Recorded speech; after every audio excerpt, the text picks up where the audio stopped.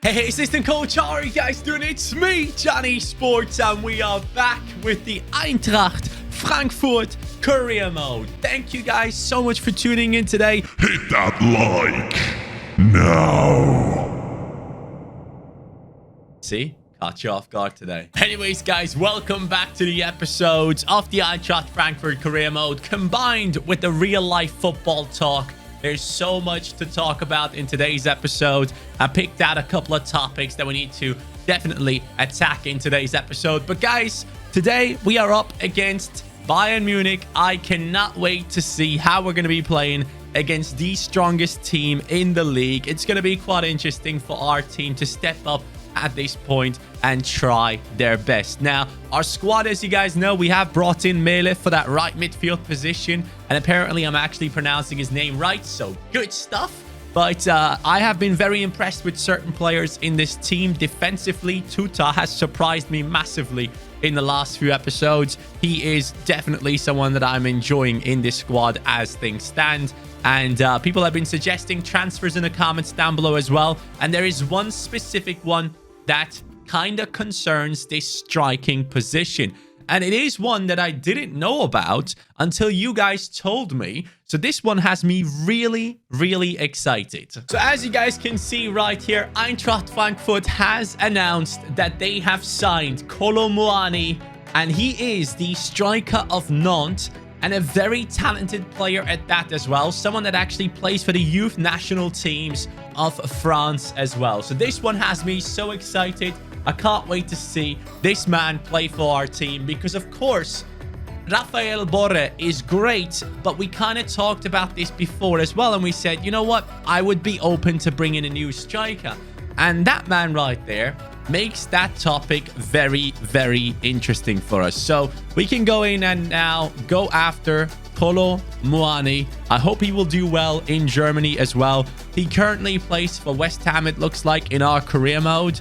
So we're going to shortlist this man and track him down immediately. See if we can get this new deal done for the January transfer window. Yes. So what I'm going to be doing here is I'm going to be including Borre in this deal. Or do we include anyone else that I don't want? I'm just gonna quickly look through and decide if anyone else should be included in this deal, because I do need some money on top, some player on top of the money that we have.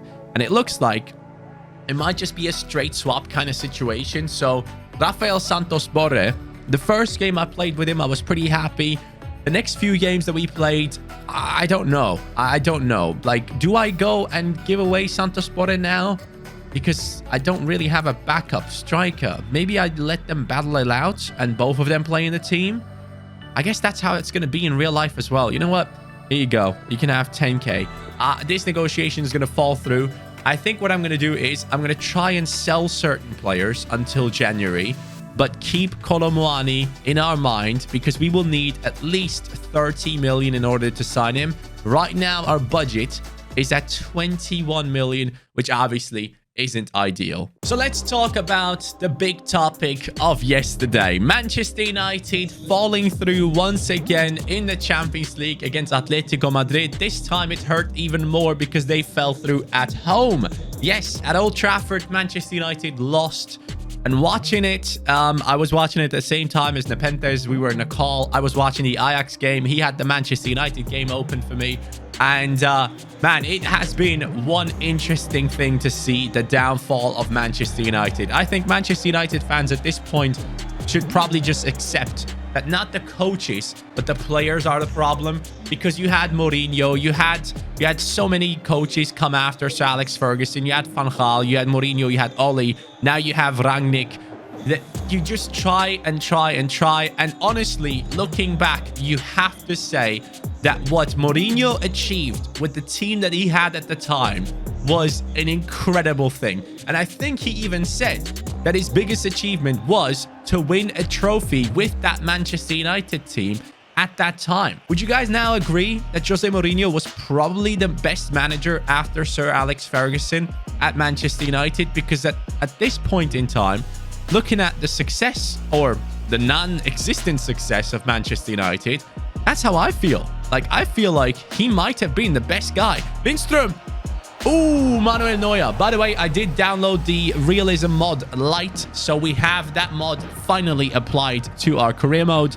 I don't know if it has an effect yet. I'm assuming we might be able to see it with the transfers or something, but I might get the Realism mod in full later on. I'm still undecided. But yeah, like the Manchester United situation, guys, things need to change, and I wonder if it can be done with just a change of the coach. I genuinely believe Manchester United need to find completely new characters to come into that team.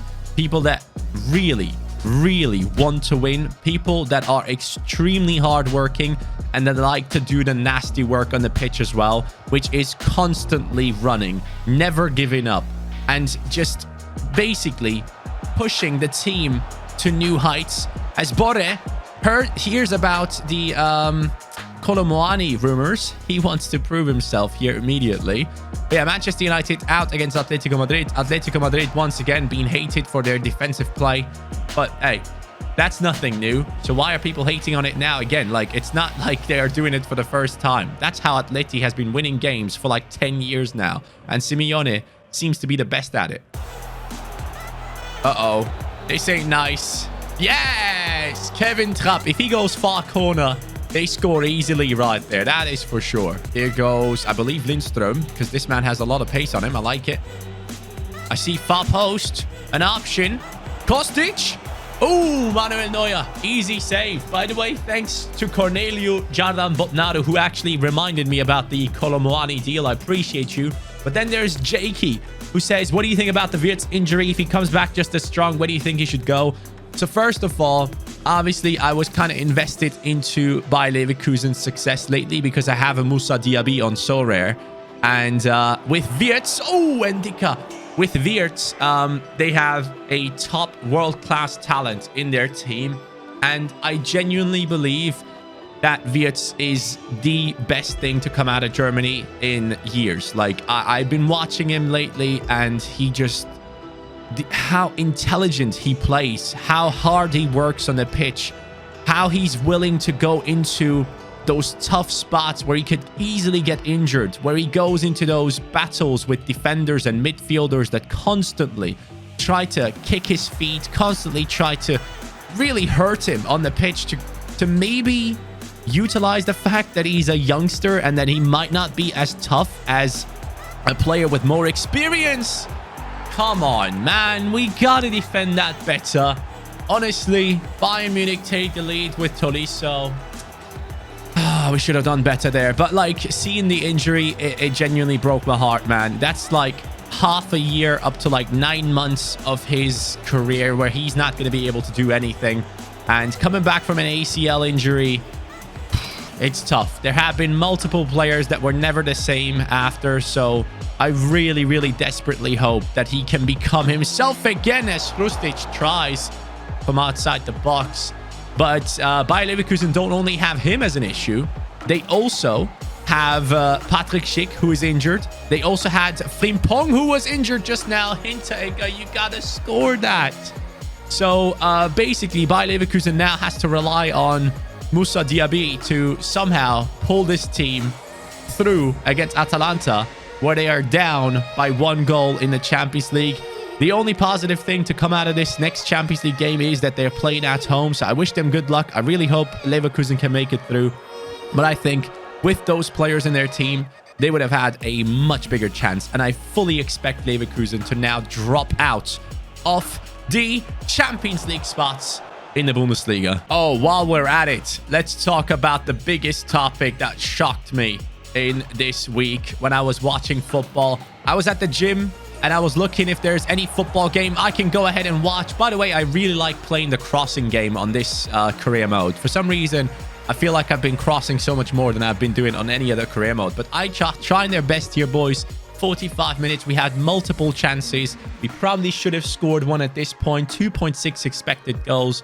Gotta do better than that. But yeah, I watched the PSG game.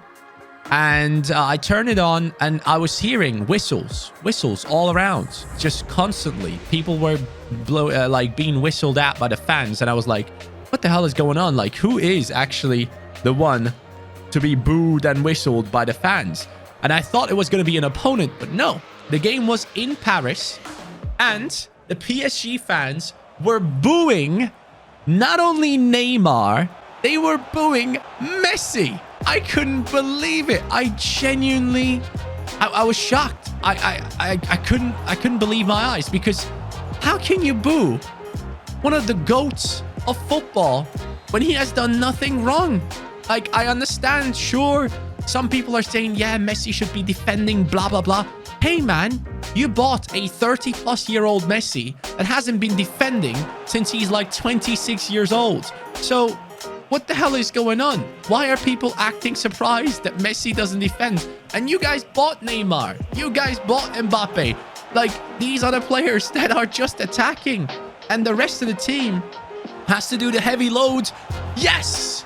Rafael Borre. Come on. The comeback is on. 58th minute. Beautiful football.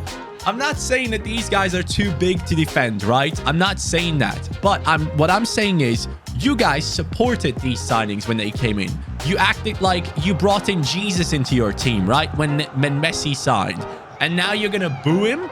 Like, what? Like, you guys, honestly, PSG fans, you're spoiled, man. I'd love to have Messi in my squad. And I wonder what's going to happen now, because this is a situation that Messi has never encountered. He has never been booed by his own fans ever. This is a guy that scores goals that are so nuts that even the opponent's fans stand up and clap him. That's the level of respect he gets. But now he's faced with a bunch of spoiled fans that blame him for their lack of success, which is something I just cannot get over with. And yes, they have been performing bad. Yes, I completely understand that. But to give up after a couple of bad performances immediately and turn against them is a bit mental. I understand it a little bit more with the likes of Neymar, but even that I found unnecessary personally. Oh man, I would have loved to turn that defender there.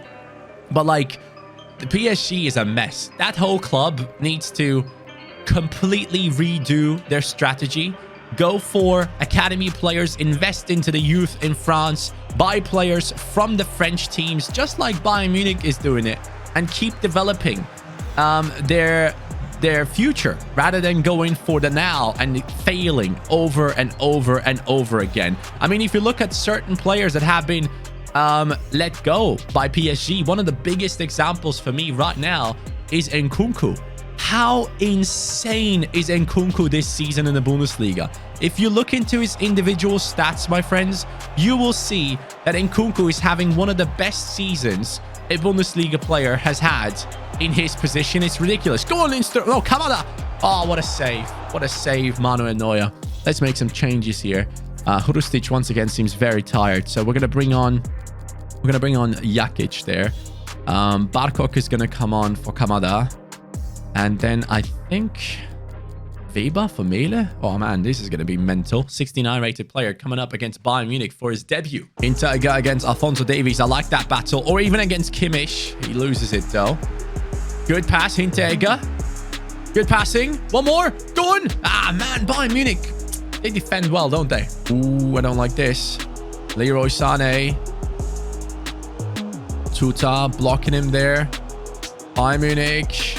Yes, Tuta. Man, I love him. He's so good. Down to the right. Lindström making a run inside. Borre gets away from the defenders. Borre! Good thing I didn't use him in the transfer. Rafael Santos Borre, the main man for Eintracht Frankfurt against Bayern Munich. Come on then, lads. Oh, what a beautiful moment.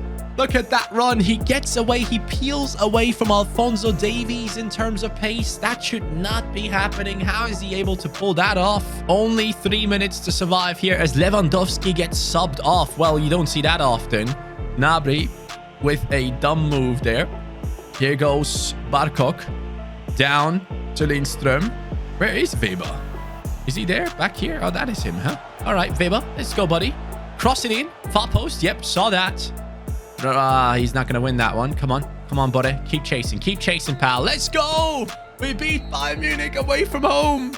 What an incredible, incredible result. Who would have thought that this would have been possible? The stadium is completely silent, but the Eintracht fans are celebrating a huge upset against the Bayern Munich squad right here.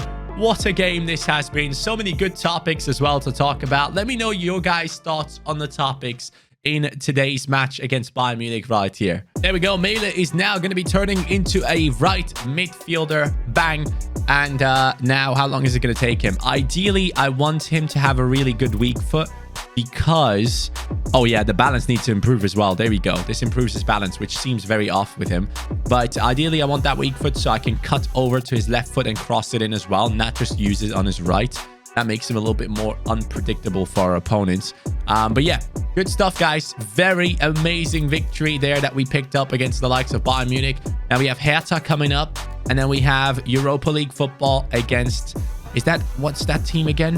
What's their name again? Is it Antwerp? Yeah, it is Antwerp. There we go. So Royal Antwerp is going to be playing against us in the Europa League. That is the third Europa League game. We seem to be winning loads of these matches right now. Hertha is a decent matchup. But I'm going to see what our team can do at home by themselves here. Tuta up to a 76. Very deserved. Bore up to a 79. So looks like the performers that I'm personally feeling like are doing well are actually going up as well. Bore, Kamada, and also Lindström all have scored. This is some great stuff, man. 3-2 victory against Hertha Berlin. Interestingly enough, Jakic, they might actually pull him away. That is not ideal. But Knauf can go. So these guys are not getting enough playtime. So this might lead into us having to buy a center midfielder in January. So we'll have to think about that, guys, because it's an important position for us where we do need backups. Hasebe really isn't the one. Jakic is a good one to have, but it looks like they want to pull him back again. So one thing I need to do, by the way, is I need to put Hauge onto the bench, but he's loaned in, isn't he? Let me just double check one more time before I say anything dumb. Yeah, he is loaned in, so he might leave. He's only here for 8 months, so I might as well focus on Weber. But yeah, we need to make the decisions considering those players that might be pulled off from their loan deals now. In the Europa League, we have been quite successful so far. 2 wins in 2. Let's make it 3-3. They have Frey there, who I believe is their top scorer in real life. He is the main man. But there's also Yusuf and Nainggolan in that midfield alongside Verstraete, who actually look very good. Björn Engels, one of my Crystal Palace career mode legends, is playing right back for them at this point. Quite interesting to see him in that squad as well. But our team is too good. Barkok and Kostic. Let's go, man. Eintracht on the up, baby. I love it. I think one thing we need to do maybe for January is to put Kostic onto the transfer list. I think that's what's going to happen. So until January, we might have some buyers. And then we can use that money to bring in those players that I need. Kolo Muani as a backup striker, potentially starting lineup striker to come into the team. If he can play center forward, he could even replace Kamada if necessary.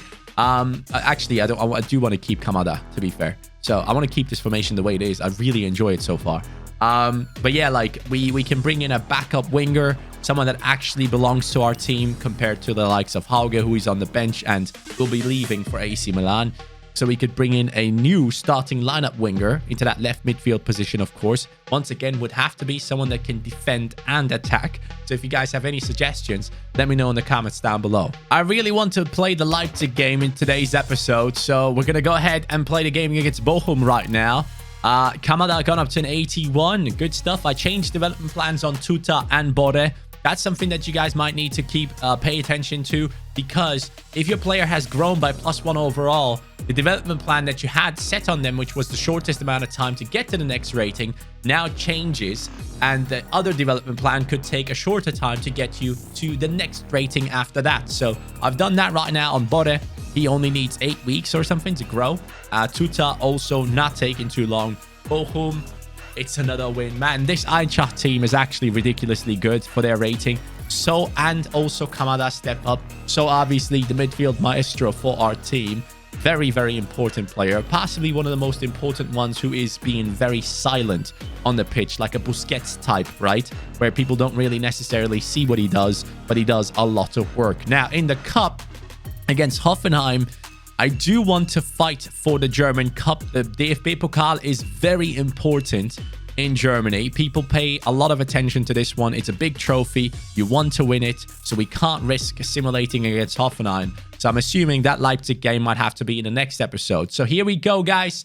Hoffenheim against Frankfurt. Big matchup. They have the likes of Dabur, Stiller, Kramaric, Rongier, Rudy, John. Who's John?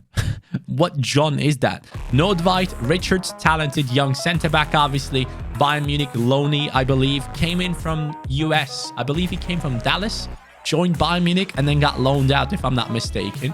Kadajabek on the right-hand side. Obviously, a very experienced, good right-back. That formation could cause us problems. The 5 at the back could be an issue. Now, they have made a good signing in bringing in Rongier from Marseille into that centre midfield spot. Obviously, I have a bunch of players on Sorare. If anyone follows my Sorare journey, I have the likes of Kaleta Kar, I have Saliba, I have Paul Lopez, and Dimitri Payet. Those are players that I've spent thousands of euros on, yes. And they have been letting me down a lot of times. And Rongier was actually the first player that I had bought from Marseille.